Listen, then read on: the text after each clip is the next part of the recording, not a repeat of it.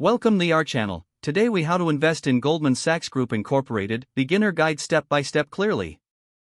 To invest in Goldman Sachs Group Incorporated, begin by researching the company. Familiarize yourself with Goldman Sachs' business model, revenue streams, and market position.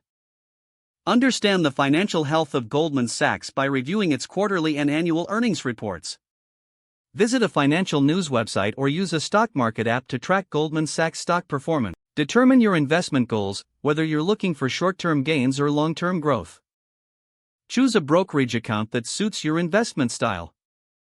If you don't already have an account, complete the application process, which typically includes providing personal and financial information.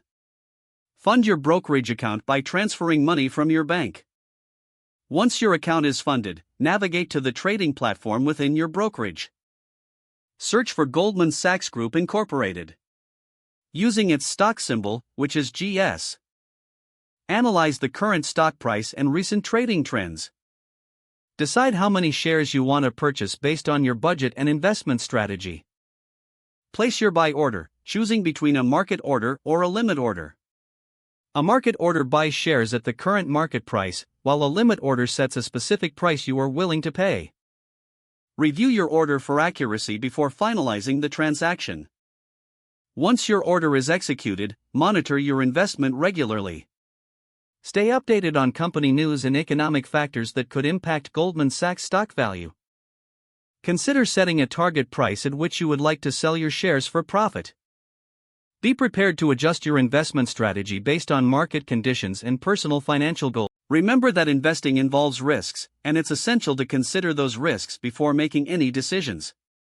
If the page does not load, refresh the browser or try again in a private or incognito window.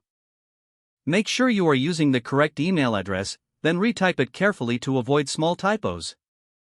If your password is not accepted, use the reset option and create a new strong password you can remember. Check your spam folder for verification or security emails, then complete any requested confirmation steps. Enable two-factor authentication if available to improve account security and reduce unauthorized access risk.